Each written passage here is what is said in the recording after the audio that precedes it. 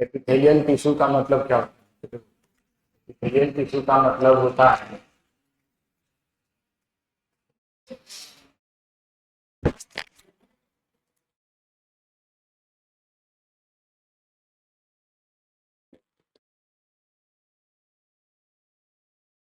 Epithelial tissue. इसका कोई और नाम भी है? देखो टिश्यू को, एपिथेलियल टिश्यू का कोई और नाम भी है, बताओ किसी को। अदर नेम इसका है एपिथेलियम। एपिथेलियल टिश्यू के लिए वर्ड एपिथेलियम इस्तेमाल करते हैं। क्या इस्तेमाल करते हैं? एनसीईआरटी में भी है ये बात, लिखा हुआ है एनसीईआरटी में। एपिथेलियल टिश्यू के लिए दूसरा नाम क्या इस्तेमाल करते हैं? पूरा वर्ड की जगह आप सिर्फ एपिथेलियम इस्तेमाल करो तो एपिथेलियल टिश्यू इस्तेमाल करने की जरूरत नहीं है। तो epithelial tissue also known as epithelium.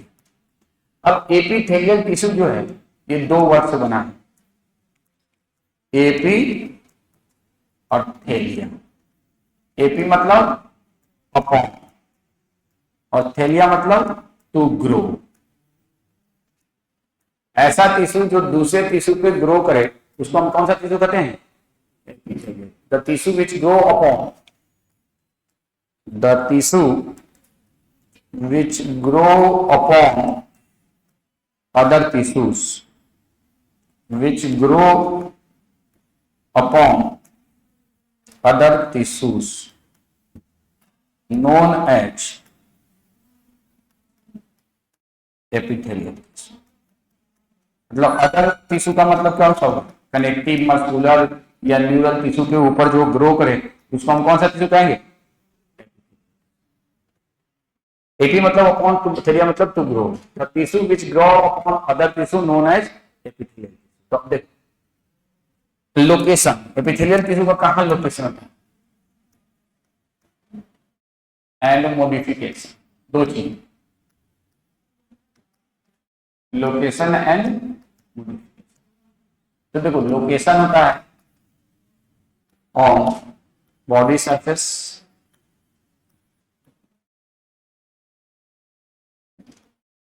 Canal, lumen, hollow structures, etc.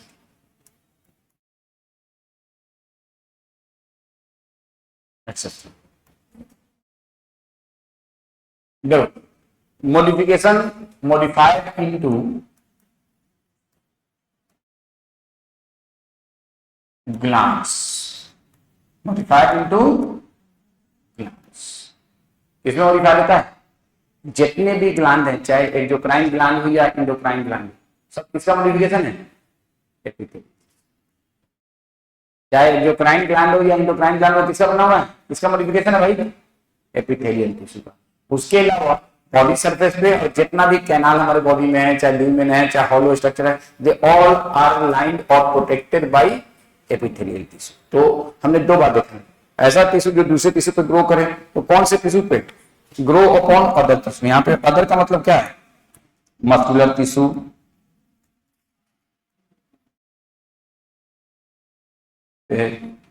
Neural tissue पे या कनेक्टिव टिश्यू पे, इनमें से किसी टिश्यू के ऊपर ये ग्रो करता है।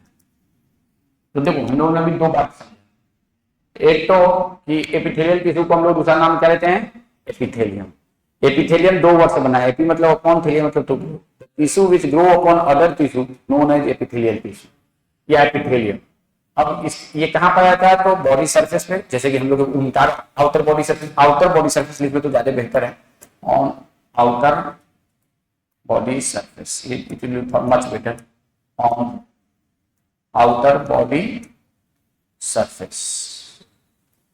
दूसरा canal, lumen, hollow structures etcetera, इनमें। इसके अलावा इट मॉडिफाइड इनटू ग्लैंड्स। किसमें मॉडिफाइड होता है?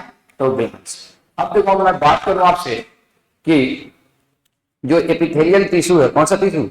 Epithelial tissue. लोकेशन के बेसिस पे ये अलग अलग जर्म लेयर से डिराइव होता है। On the basis of location it derive from, on the basis of location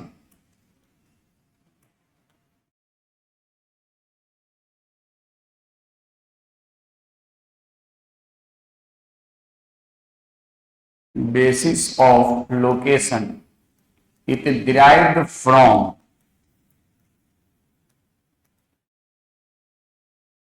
किससे डिराइव होता है? एक्टोडर्म और मीसोडर्म। अभी मैं एग्जांपल बताऊंगा कहां कहां और इंडोडर्म। लोकेशन के बेसिस पे डिराइव फ्रॉम एक्टोडर्म, मीसोडर्म और याद करो ग्लांस भी अलग अलग ग्लांस अलग अलग जर्म से डिराइव होता है। जैसे थाइमस थायराइड किससे डिराइव होता है? इंडोडर्म से। एड्रिनल मेडुला किससे डिराइव होता है? एक्टोडर्म से। एड्रिनल कॉर्टेक्स किससे होता है? मीसोडर्म से। याद करो हमने बता रखा है।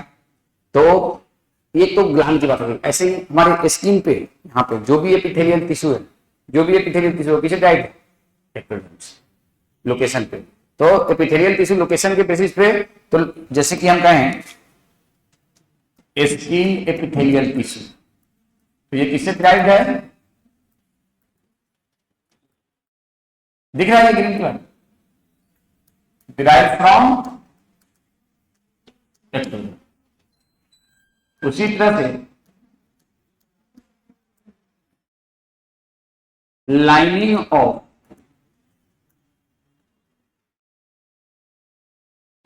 डाइजेस्टिव ट्रैक्ट, मतलब stomach, small intestine, large intestine, सबकी लाइनिंग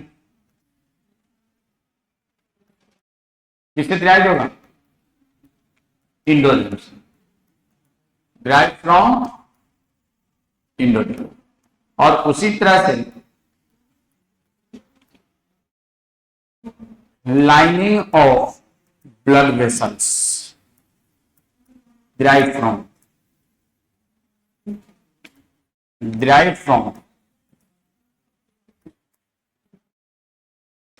मीसोडर्म। तो ये तीन एग्जांपल आप चाहो तो याद रख सकते हो। ये तीन ब्लड वेसल के अंदर की जो लाइनिंग है, इंटरनल लाइनिंग कर लो, इंटरनल लाइनिंग तो डिराइव फ्रॉम मीसोडर्म। तो एपिथेलियल टिश्यू को जर्म लेयर, अलग अलग जर्म लेयर से अलग अलग लोकेशन पे डिराइव है।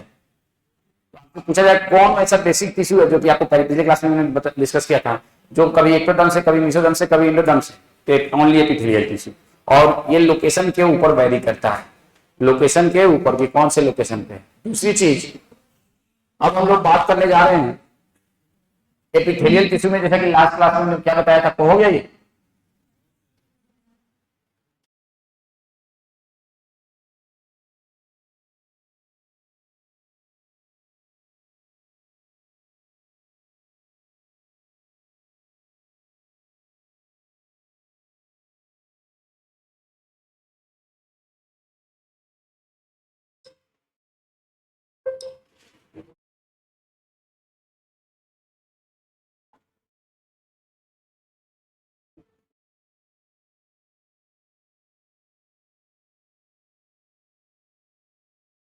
हो गया, तो ये हो गया। तो आपको लास्ट क्लास में बताया था little intercellular substance, little intercellular substance, little amount of intercellular substance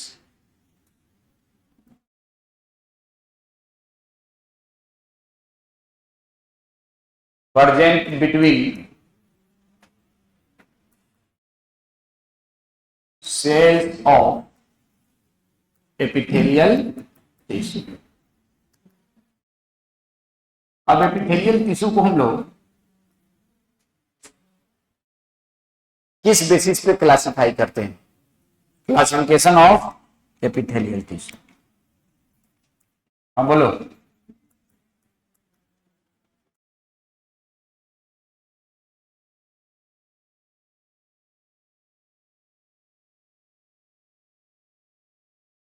classification of epithelial tissue किस बेसिस पे इसको क्लासिफाई करते हैं? क्लासिफिकेशन ऑफ एपिथेलियल टिश्यू किस बेसिस पे ये क्लासिफाई इसको हम लोग करते हैं? तो इसका जो क्लासिफिकेशन हम लोग करते हैं,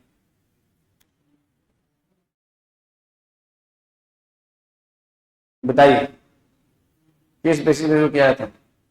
फंक्शन।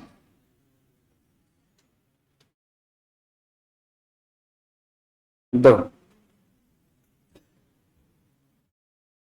बिल्कुल सही बोला आपने, फंक्शन। ग्लैंडुलर एपिथेलियम लिखो।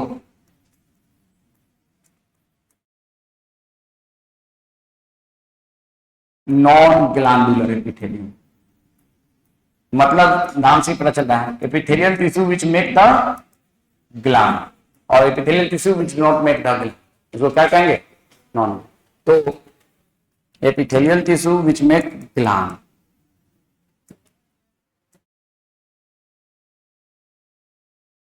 विच मेक ग्लैंड, तो उसको हम क्या कहते हैं? ग्लैंडुलर। एंड इसको क्या लिखेंगे? Epithelial tissue which line and or protect the other tissues।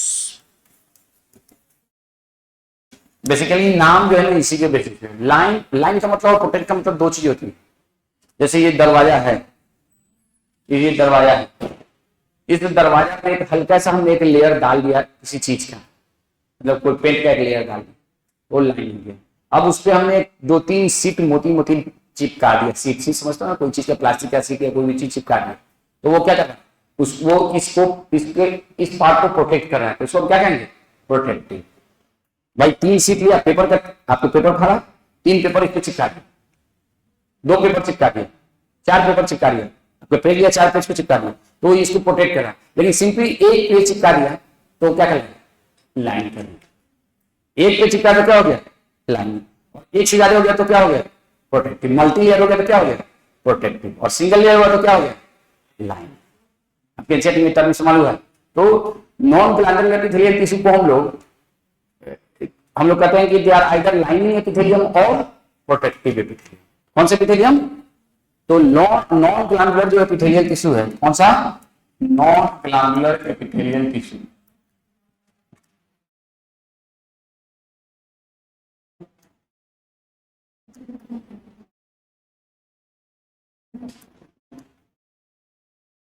ये दो तरह का, कौन कौन से?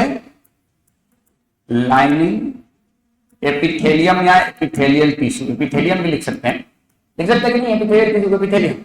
और दूसरा protective epithelium.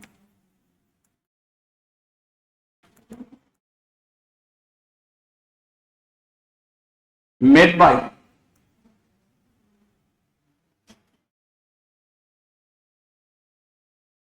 A single layer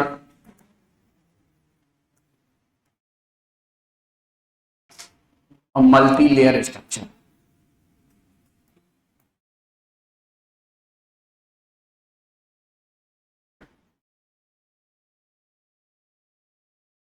A multi-layer, a single layer structure and a multi-layer structure। अभी डायग्राम बनाएंगे फर्दर, जैसे कि मैं यहां पे बना रहा हूं।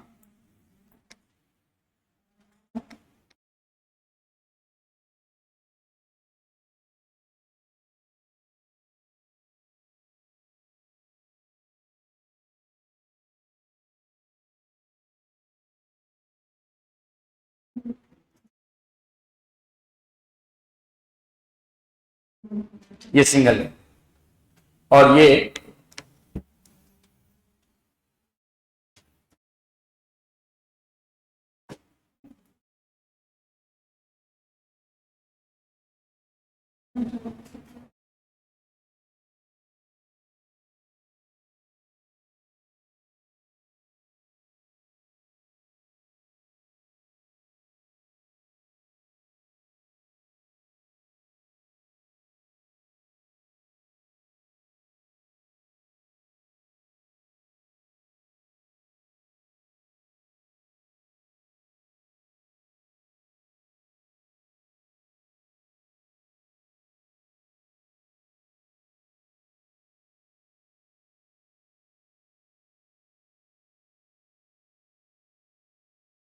ये मल्टी।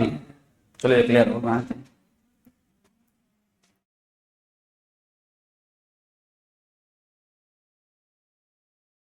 तो लाइनिंग एपिथेलियम आपसे पूछा जाए तो आप क्या कहोगे, कितने लेयर से बना हुआ है? एक लेयर, एक ही लेयर है, सेल का एक ही लेयर है ना, और सिंगल लेयर स्ट्रक्चर और मल्टी लेयर स्ट्रक्चर। इसमें देखो 1 2 3 4 5 6 लेयर तक हो सकता है, जनरली 4 से 6 लेयर होता है, और इसमें सिर्फ एक लेयर है, ये 2 लेयर है, तो इसको हम कहते हैं लाइनिंग। तो हम कह सकते हैं lining epithelium made by single layer of cells, protective epithelium made by multi layer of cells. We can say it as कि lining epithelium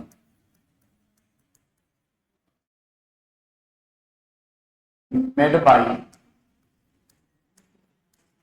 single layer of cells of different sizes or shape। तो lining epithelium जो है इसको हम लोग दूसरा नाम देते हैं सिंपल एपिथेलियम। कौन सा नाम देते हैं? Simple epithelium. क्या नाम देते हैं? Simple epithelium. लाइनिंग एपिथेलियम का दूसरा नाम क्या होता है? Simple epithelium.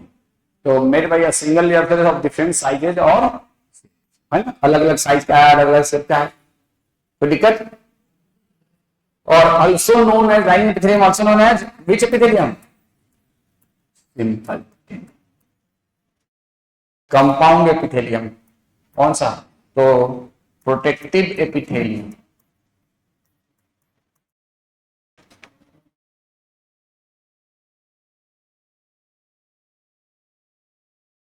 Made by multi layer of cells of different sizes or shapes।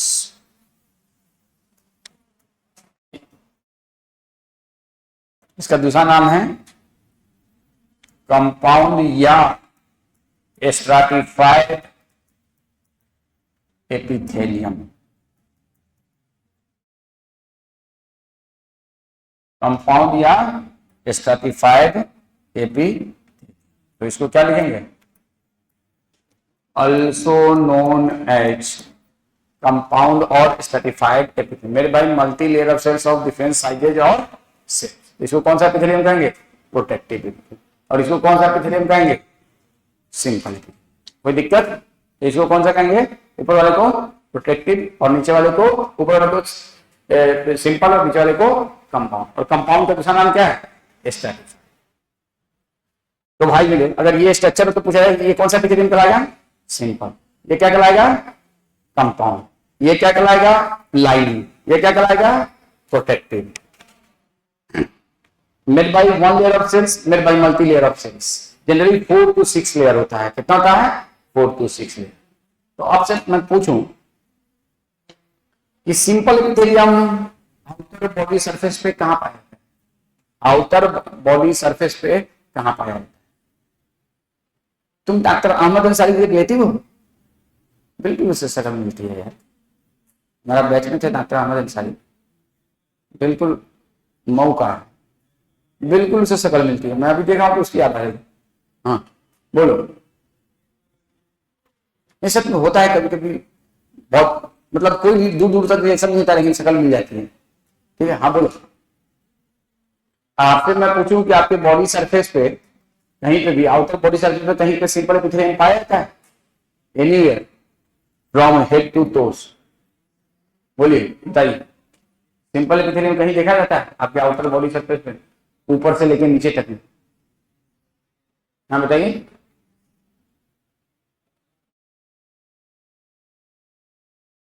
नहीं, simple epithelium found only lining over the certain structures inside the body. सब पे नहीं, हमारे इंटरनल स्ट्रक्चर्स में भी कुछ जगहों पे कंपाउंड एपिथेलियम होता है।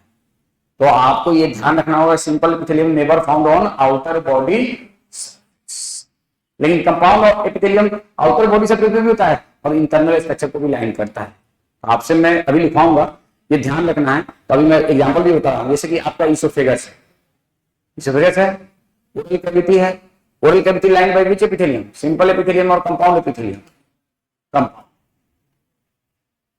ओरल कैविटी लाइन बाय, लिखो मत, oesophagus line by compound, pharynx line by compound, female का vagina line by compound, anal canal line by compound, लेकिन कहा गया stomach line by simple, small intestine line by simple, large intestine line by simple, हाथ का अंदर का chamber line by simple, blood vessel internal line by simple. तो ज्यादातर internal structure line by simple, but not internal all internal line by simple. तो आपसे कहा गया कि सिंपल एपिथेलियम कभी आउटर बॉडी स्ट्रक्चर होगा नहीं, क्या सारे internal structure line by simple epithelium? Answer क्या होगा? यस या नो? नो। क्या होगा आंसर? नो। लेकिन कहा गया कि सारे internal structure line by compound, ये भी गलत है। लेकिन कहा गया आउटर एक्सटर्नल जो भी structure they all are line by compound, they are all line by. तो कुछ बेसिक डिफरेंस है सिंपल एपिथेलियम में और कंपाउंड एपिथेलियम में, वो आपको जानना है। तो ये लिखिए। अच्छा नहीं मान, अच्छा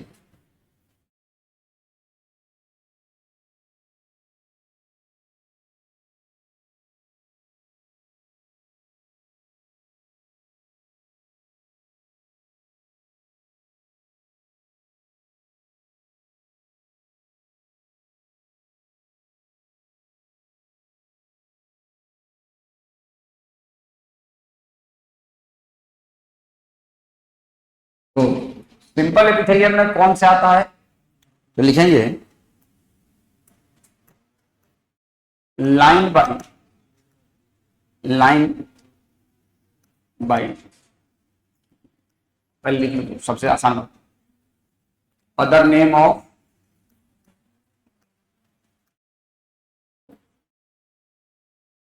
lining epithelium, other name of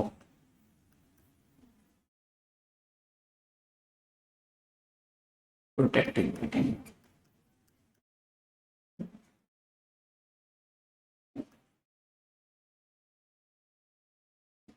line protect outer body surface and some internal structure from wear and tear oblique mechanical stress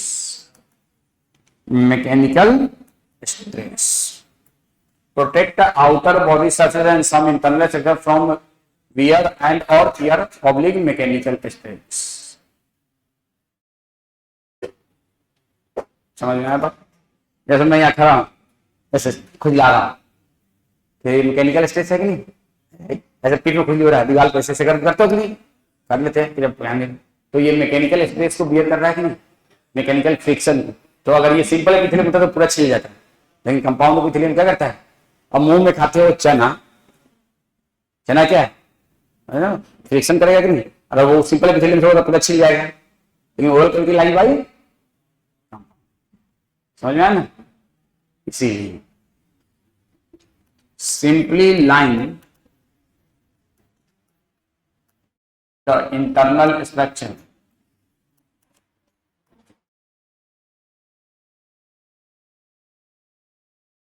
and allow movement of substances through these epitheliums।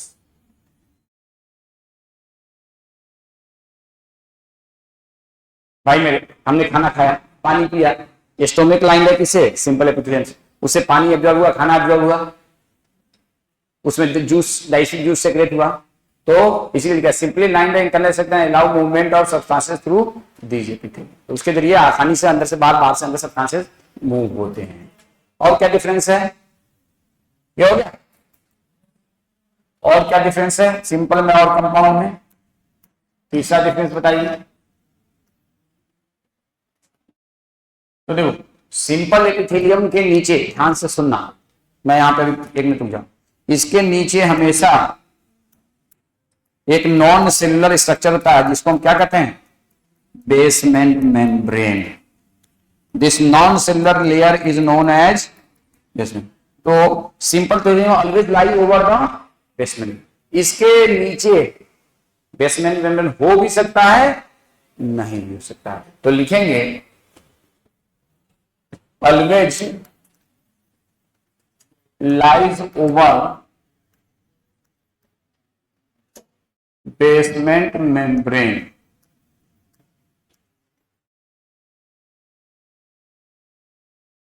इसमें लिखेंगे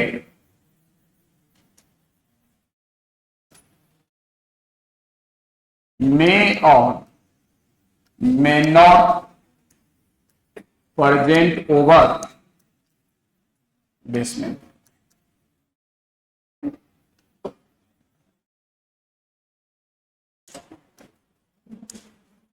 मे और may not present over basement. मतलब basement membrane क्या है, तो ज्यादा detail में नहीं जाना, मैं थोड़ा सा बता रहा हूं, ज्यादा डिटेल नहीं जाना है। तो ये कंपाउंड बेसमेंट मेम्ब्रेन के ऊपर हो भी सकता है, नहीं भी हो सकता है। चौथा डिफरेंस, सिंगल लेयर है, मल्टी लेयर बताइए है, बता दिया क्या, नहीं बताया। तो सिंगल लेयर, मल्टी लेयर। और एक बात याद रखना, जनरली 4 to 6, जनरली 4 to 6, 4 से 6 लेयर होता है इसमें। और कोई मेजर डिफरेंस अगर देखा जाए तो सिंपल और कंपाउंड में, इसके अलावा और कोई मेजर डिफरेंस नहीं है। तो ये 4 मेजर डिफरेंस है सिंपल और कंपाउंड एपिथेलियम में। Other name of lining epithelium, other name of protective epithelium, simply line the internal structure and allow movement of substances through these epithelium, protect outer body surface and some internal structure from wear and tear, oblique mechanical stress, oblique friction। आपसे question बहुत commonly है पूछा गया, NEET में कई बार आया हुआ है कि कौन सा एपिथेलियम फ्रिक्शन रेजिस्टेंट होता है। कंपाउंड या दूसरी का दूसरा नाम क्या है, स्ट्रैटिफाइड। कंपाउंड का दूसरा नाम क्या है, तो ये बात ध्यान में। दूसरा क्वेश्चन पूछा गया है नीट में कि सिंपल और कंपाउंड में कौन सा एपिथेलियम है जो हमेशा इंटरनल स्ट्रक्चर को लाइन करता है। सिंपल इंटरनल स्ट्रक्चर पे ही होगा, एक्सटर्नल स्ट्रक्चर पे नहीं होगा। कंपाउंड एक्सटर्नल पे भी होगा, इंटरनल पे भी, दोनों जगह होगा। अब इसके बाद हमने अभी आपसे क्या कहा, एपिथेलियल टिश्यू को हम लोगों ने फंक्शन के बेसिस पे ग्लैंडुलर एंड नॉन। तो ग्लैंड जितने भी हैं वो सब किसे बने, एपिथेलियल टिश्यू से।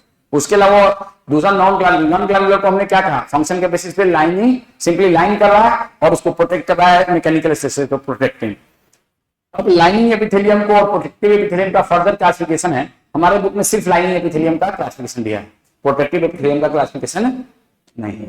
एनसीईआरटी की बुक में सिर्फ किसका क्लासिफिकेशन है, लाइनिंग का। और थोड़ी सी बात ग्लैंडुलर एपिथेलियम की भी किया है एनसीईआरटी में, बताएंगे, डिस्कस करेंगे भी। पहले इतना को लिख लिया, लिखिए, हो गया इधर का, हो गया ना सबका भाई, हो गया इधर बड़ा।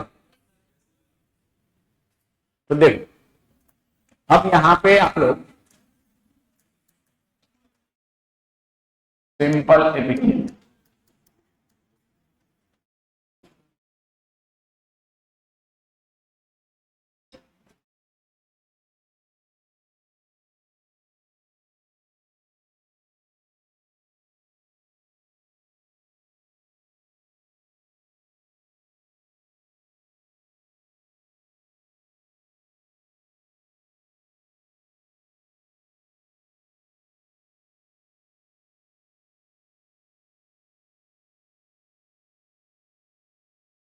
Simple columnar,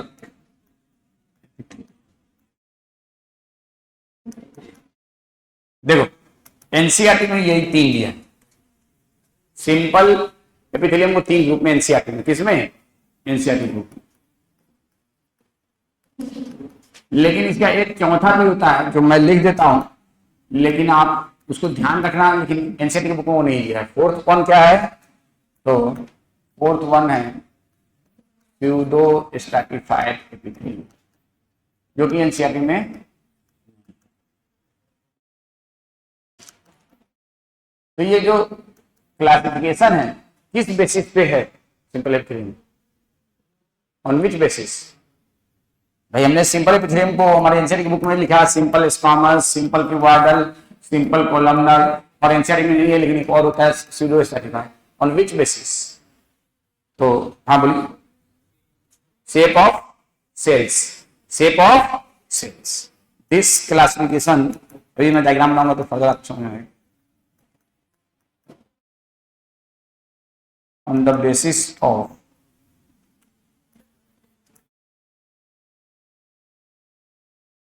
shape of cells, shape of cells, this is the basis of shape of cell। देखो जैसे कि ये है, बना लो इंडिविजुअली, ये हो गया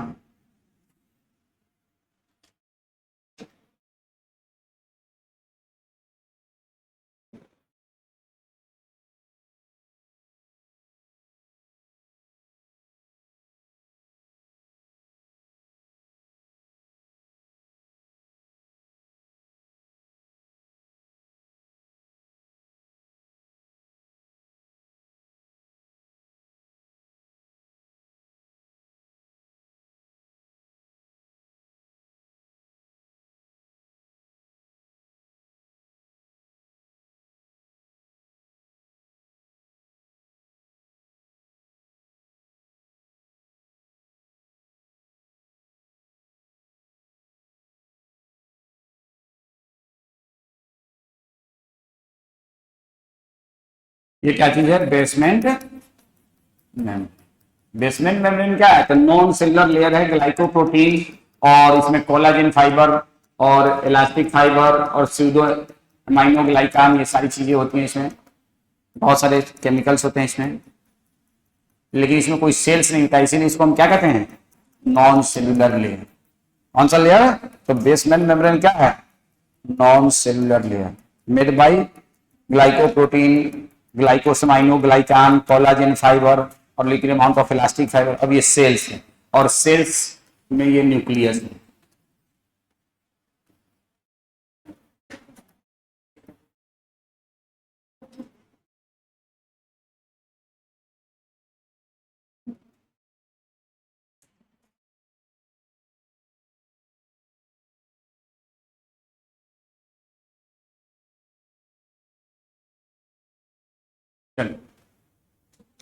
स्यूडोस्टाइफाइड का भी हमने नहीं बनाया है, सिर्फ इन तीनों का बनाया है। अब देखो इसमें हो सकता है सीलिया भी रहे,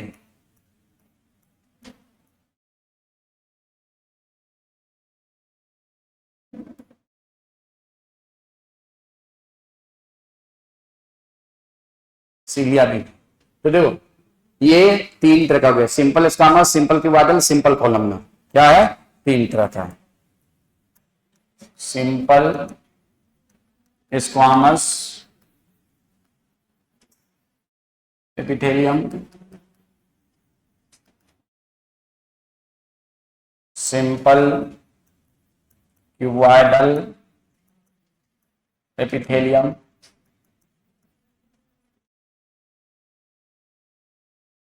सिंपल कॉलमनर एपिथेलियम। अभी इसमें भी, इसमें सिलिएटेड हो सकता है और नॉन सिलिएटेड हो सकता है। सिलिया क्या होता है मालूम है, क्या होता है, यहां भी सिलिएटेड हो सकता है, यहां भी नॉन सिलिएटेड हो सकता है। देखो भाई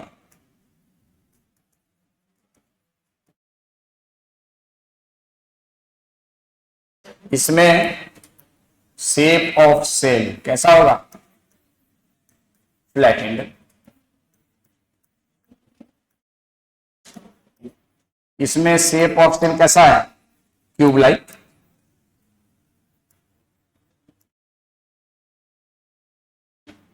ये नहीं पूछा जाएगा जो मैं लिख रहा हूं, ये तो सबको, इसमें शेप ऑफ सेल कैसा होगा, कॉलम, कॉलम लाइन। अब बताओ नेक्स्ट आप हमें बताइए,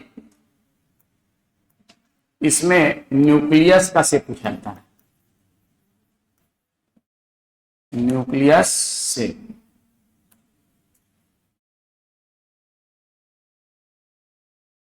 तो कहेंगे डिस्क से।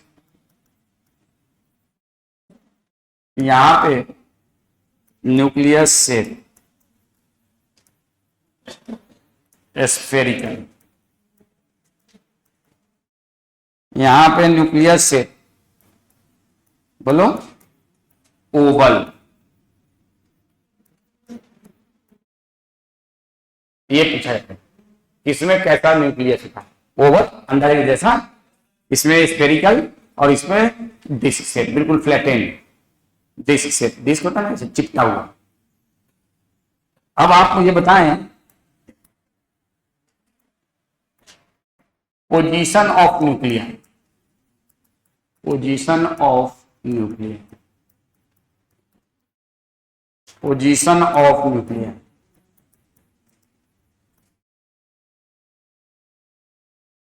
पोजीशन ऑफ न्यूक्लियर, ये भी खूब क्वेश्चन पूछाता है।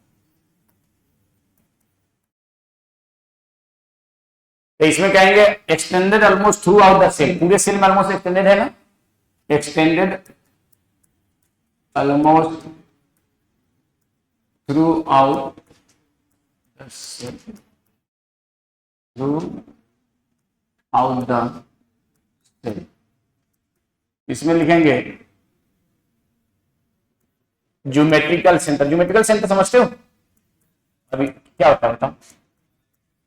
और इसमें बेसल, बेसल का मतलब नीचे की तरफ, बेसल, बेसल का मतलब बेस की तरफ, नीचे की तरफ, जहां पे बेसमेंट मेम्ब्रेन की तरफ हो तो बेसल। ज्योमेट्रिकल सेंटर सब लोग समझते हो, सब लोग समझते हो ज्योमेट्रिकल सेंटर, नहीं समझते हो समझा देना। क्यूब जानते हो, क्यूब, क्यूब में कितने साइड्स होते हैं, क्यूब में लिखो लिखो मैं बताओ, क्यूब में कितने साइड होते हैं, एक, जैसे ये एक क्यूब है और सारे साइड्स क्या होंगे, बराबर होंगे। तो ये एक साइड है, ये क्यूब है, ये क्यूब है ना, एट होंगे कि सिक्स होंगे, एक दो तीन चार, कितना होता है, जो भी होता है कितना होता है, 8 रुपए के ज्यादा हो गए, अरे ज्यादा हो गए, 12 होंगे ना, 4 4 8 और 4 12 होगा, 12। अब हर, सुनो प्लीज लिसन, अब देखो मैथमेटिक्स मेरा उतना मतलब स्ट्रॉन्ग नहीं रह गया, भूल चुका हूँ, सब कुछ भूल चुका हूँ मैथमेटिक्स का, ठीक है ना, बस स्पेलिंग याद है। ये कॉर्नर्स कितने हैं, तो 8 है, कॉर्नर 8 है, साइड 12 है, कितने हर एक। अब यहाँ पे अगर मान लो इसको, यहाँ पे ये न्यूक्लियस है, तो चूंकि ये डायग्राम में है तो इसलिए हमने इस तरह से बनाया। अगर ये एक्चुअल में होता है यहाँ पे क्यूब, तो यहाँ पे बीच में तो हर कॉर्नर से इसका डिस्टेंस क्या हो, इक्वल हो, इसको हम क्या कहते हैं, ज्योमेट्रिकल सेंटर। हर एक कॉर्नर से, ये एक कॉर्नर है, हर एक कॉर्नर से इसके न्यूक्लियस की डिस्टेंस इक्वल होगी, इस कॉर्नर से, इस कॉर्नर से, इस कॉर्नर से, इस, यहां डायग्राम लगा हुआ है, इससे नजदीक है नहीं, हर एक कॉर्नर से इसकी डिस्टेंस क्या होगी, इक्वल। समझ गया बात, तो उसको हम क्या कहते हैं, ज्योमेट्रिकल सेंटर। समझ में आ गई बात। तो आपसे पूछा जाए कि simple cuboidal epithelium nucleus is geometrical centre, and what it means, it means that from each corner the distance of nuclei is equal। समझ गए मतलब, तो कितने टोटल कॉर्नर है, 8 कॉर्नर, और 8 के 8 कॉर्नर से इसकी डिस्टेंस क्या होगी, इक्वल। इसको क्या कहते हैं, ज्योमेट्रिकल। खूब आता है क्वेश्चन कि सिंपल क्यूबॉइडल एपिथेलियम का न्यूक्लियस कैसा होता है, कहां पे होता है, तो ज्योमेट्रिकली सेंटर। उसका शेप कैसा होता है, स्फेरिकल। ओवल किसका शेप होता है, कॉलमनर का। और बेसल लोकेशन होता है, क्या लोकेशन होता है, बेसल का मतलब नीचे की तरफ, बेसमेंट मेम्ब्रेन की तरफ। अब एनसीईआरटी में डायग्राम में देखो तो एक लोचा हो सकता है, डायग्राम में देखो तो एक लोचा हो सकता है, क्या लोचा हो सकता है, तो मैं अभी डायग्राम को दिखा देता हूं।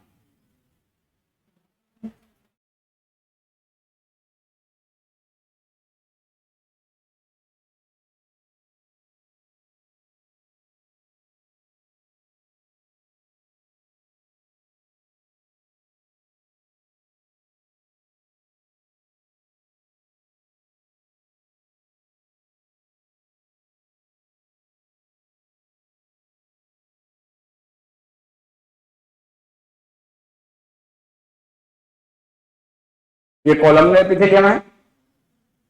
अब देखो यहां पे मान लो इसमें नीचे में बेसमेंट मेम्ब्रेन है, ये क्या चीज है? Basement membrane. तो अब देखो न्यूक्लियस, देखो यहाँ पे न्यूक्लियस और चलो बेसल है, यहाँ पे तो बेसल, यहाँ पे न्यूक्लियस क्या है? बेसल है, यहाँ पे भी बेसल है, यहाँ पे भी बेसल है, यहाँ पे भी बेसल है, बेसल है, बेसल है। लेकिन देखो यहाँ पे दो दो न्यूक्लियस दिखा दिया, एक तो ये गड़बड़ किया, दो न्यूक्लियस नहीं होता, एक ही होता है। और यहाँ पे देखो एपाइकल दिखा दिया ना, ऊपर की तरफ दिखा दिया ना। तो इस डायग्राम को देख के कंफ्यूज नहीं होना, हमेशा कितना होगा? नीचे की तरफ। और न्यूक्लियस कितना होगा? एक। लेकिन इसमें दिखा दिया, किसी किसी में दो दो न्यूक्लियस दिखा दिया, जैसे इसमें दो दो न्यूक्लियस दिखा दिया, एक ऊपर एक नीचे।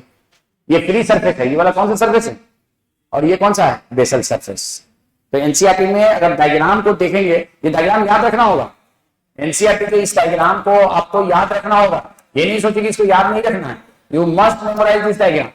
लेकिन आपको ये भी ध्यान रखना है कि इसमें क्या कमी है, डायग्राम में क्या कमी है।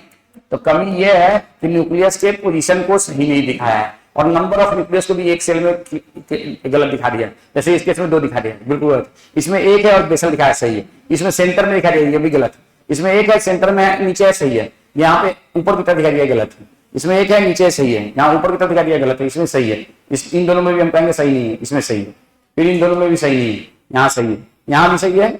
अब यहाँ पे दो दिखा दिया, ये गड़बड़ है। यहाँ भी दो दिखा दिया, नीचे वाला सिर्फ एक दिखाना चाहिए, यहाँ पे फिर बीच में दिखा दिया। समझ रहे बात को?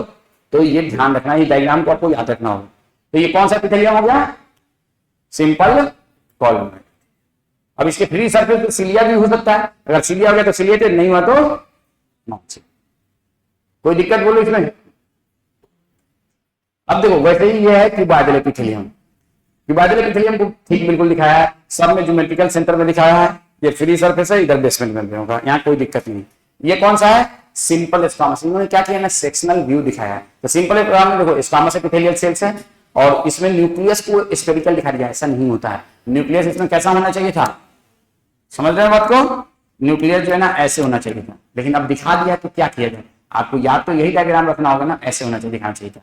न्यूक्लियस ऐसे स्फेरिकल नहीं होता है। तो ये डायग्राम देख के आप मत कर दिया कि इसका न्यूक्लियस स्फेरिकल होता है, आता है क्वेश्चन। न्यूक्लियस इज डिस्क से flattened, extended throughout the cell. लेकिन क्या करें, दिखाया है तो आपको तो वहीं से उठा के इमेज देगा ना। और नीचे में कौन सा मेम्ब्रेन होगा? बेसमेंट। और ये ऊपर कौन सा सरफेस है? Free surface. तो आप चाहें तो एनसीईआरटी का बुक अगर आपके पास हो पुराना वाला, तो इसमें आप लिख सकते हैं यहाँ पे फ्री सरफेस।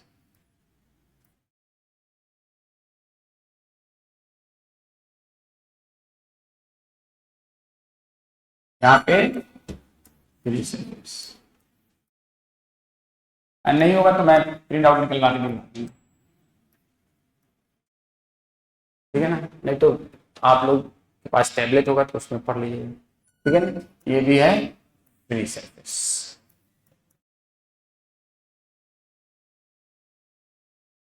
अच्छा आप लोग एक बताओ, मैं ऐसे ही आप लोग को देखता हूँ असेसमेंट कितना क्योंकि क्लास के टाइम, इन तीनों के फ्री सरफेस में क्या डिफरेंस दिख रहा है? सिंपल स्क्वामस के फ्री सरफेस और सिंपल क्यूबॉइडल और सिंपल कॉलमनर के फ्री सरफेस में कुछ डिफरेंस दिख रहा है? क्या दिख रहा है डिफरेंस? नहीं दिख रहा है तो क्या नहीं दिख रहा है? हमको तो दिख रहा है। आप लोग को क्या डिफरेंस दिख रहा है? सिंपल स्क्वामस, सिंपल क्यूबॉइडल और सिंपल कॉलमनर में इसमें किसके फ्री सरफेस में क्या डिफरेंस दिख रहा है? ये नेक्स्ट क्लास में इस पर गौर से देख के फिर बताइए। हाँ, इंटरसेलुलर स्पेस तो दिख ही नहीं रहा है कहीं, कहाँ दिख रहा है? इतना कम होता है कि वो माइक्रोस्कोप से भी देखना बहुत मुश्किल होता है, इलेक्ट्रॉन माइक्रोस्कोप से देखना पड़ता है। ये सिंपली माइक्रोस्कोपिक व्यू। बोलो।